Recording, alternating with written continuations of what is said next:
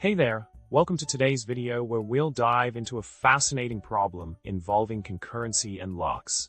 The problem we're tackling revolves around implementing a thread lock mechanism to ensure that only the owner thread can unlock it. It's a common scenario in multithreading where we want to protect shared resources from simultaneous access. Let's focus on the solution provided for this problem. The ThreadAtomicLock class is designed to restrict unlocking to only the owner thread, ensuring better control over the lock. The use of compare_exchange_strong is crucial here to prevent spurious failures and guarantee atomic operations.